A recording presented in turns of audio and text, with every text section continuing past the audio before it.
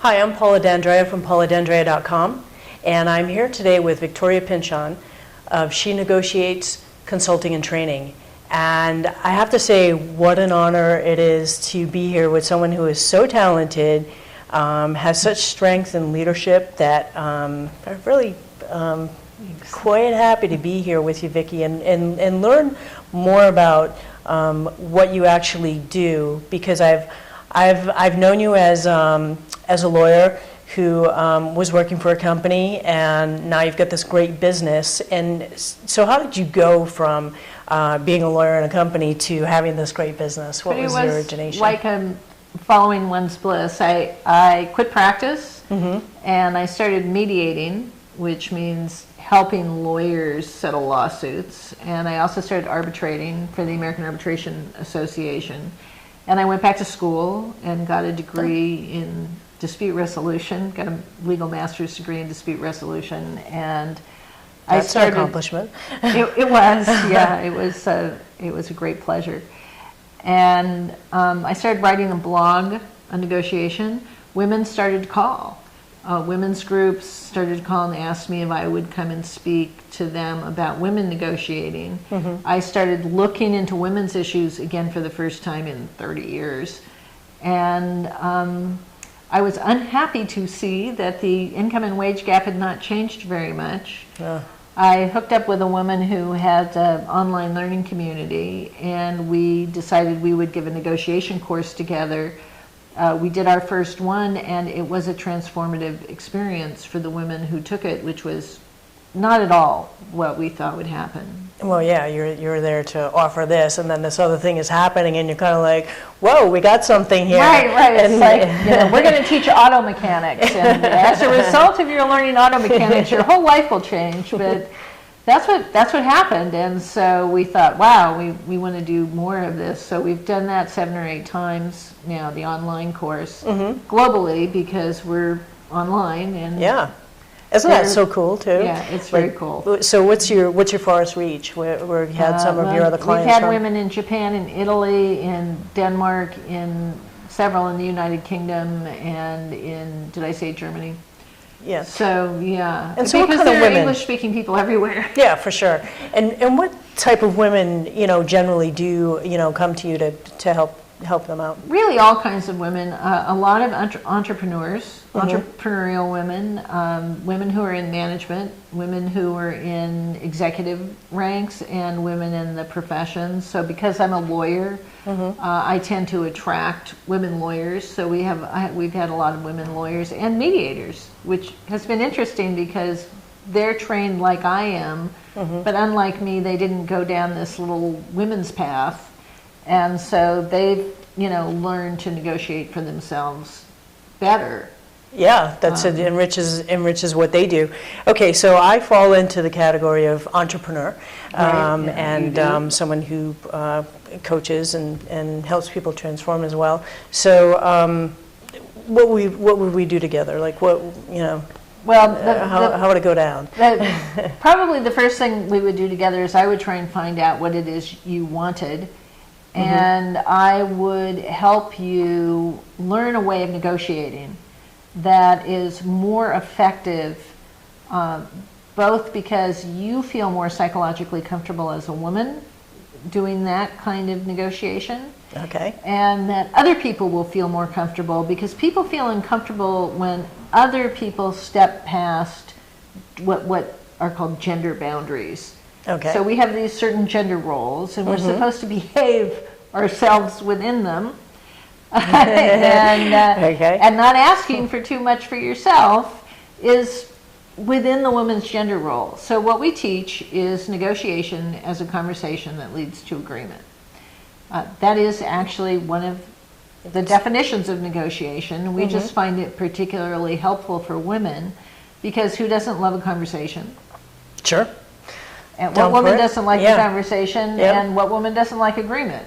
So, but mostly they don't like the word negotiation because they think it's a competitive sport. It does. I can see where, in a I guess, more like an office environment, and it's been a very long time since I've been in that environment, and very limited at that, but I kind of get it, but I don't know, is there any way that you could illustrate it? Sure, let me do it. So here are the important elements: asking, and that's not only being able to ask for yourself, but being able to ask your negotiation partner what they want or need, so that you can open with giving instead of getting. So let me illustrate it for you. That's a totally different approach. So let me, but it's just the way you open. Instead of opening with, I deserve or I want, you open with this. So Paula, I know you're in the business of women's health, both physical and emotional, and you're building your business, you're an entrepreneur. What could you use the most help with in your business right now? What would benefit you the most? People helping promote me, supporting through a referral or recommendation, or and anything they can do in that. Guest blogging, making me more visible. Just good alignments that people you might know that might be a good fit. And you know what I do? Help women. And I'm getting an even better idea. So is there anything that you can think of that I could do for you to help you expand your business? Sure, any of the aforementioned of, if you know anyone who you think is a good fit that I would help, and, any way that you might be able to refer me on any level, or just help push me along. I suppose give that support too. And in that too, just the support in general. Okay. That's great, because I also could use referrals. My business is also word of mouth.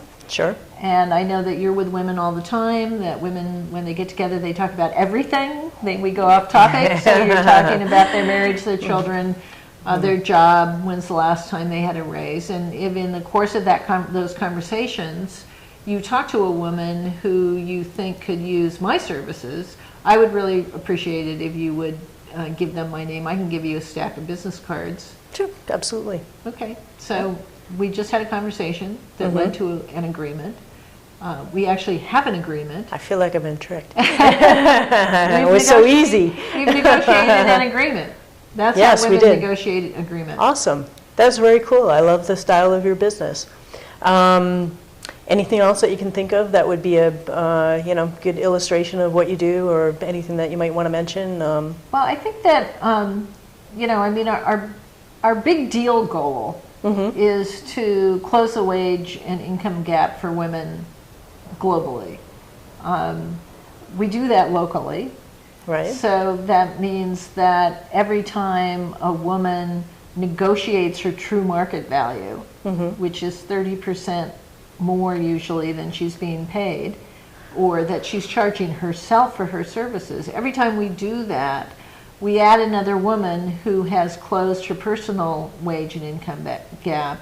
That raises the bar for all other women, because women tend to measure their satisfaction with their income by talking to their women friends. Right. And all of their women friends are being paid 30% less than they should be. They're realizing 30% less than their true market value. So that's why I like to consult with what we call high potential women. I like that. Women who are, and that's all women obviously, but it's kind of an industry term, and it refers to women who are like one step away from the general counsel's office, or one step away from being CEO of a major software company. So someone that's really up somebody there. who's already in make a the difference. game. And when I work with those women, not only do I teach them how to maximize their own market value, but they become very conscious of their place in raising all women's market value. Right. Yeah, I like that. So it becomes like a really conscious and collaborative effort. The intention actually sounds really beautiful. So it's like it's in that situation, but then it's like what I like to call adding to the hum of the world. So it's like out there, and it's like raising the vibration all the way. Right, and cool. this is happening. I mean, this is, I blog for Forbes Women, and all of the women bloggers at Forbes Women all have a different piece of this elephant. Oh, wow. So there's some women doing what you do, there's some women doing leadership, there's some women doing health and wellness, there's some women who are doing financial literacy, but we all have the same goal. And that is happening not only within like the Forbes Women Network, but I find that it's happening nationwide. So every time I help a high potential woman realize her full market value, I say, welcome to the group. Yeah. So like how many, like how many women, I want to say, and I want to say that for that one woman, that high potential woman that, that lifts that up, she's then taking like, I don't know. Well, this is so many others with her, like 1,000. This is the beauty of the internet, right? Yeah, for sure. Because it's the geometric progression of the building of networks, and at some point we reach critical mass. Yeah. And we've seen that in revolutions in Egypt. We've seen it everywhere, that the power of this degree of communication that we have is significant. And the one thing that women do well is communicate. Yes, and you do it very well, and I have to say, even for myself, I'm very grateful, first of all, to know you, and have you in my life, and to know the great work that you're doing, and that you're lifting my vibration with this. So I thank you very much. We have big dreams. Thank you. You have big dreams at She Negotiates. And is there a website for? Yes, it's shenegotiates.com. Shenegotiates.com. It's also She Negotiates on the Forbes Women, at Forbes Women. And so if you put Forbes Women and She Negotiates into your search engine, you'll find our blog. Your blog will come up. Right. Awesome. I'm going to stay on top of that. Sounds like good stuff. Good. Cool. I'm Paula D'Andrea, pauladandrea.com.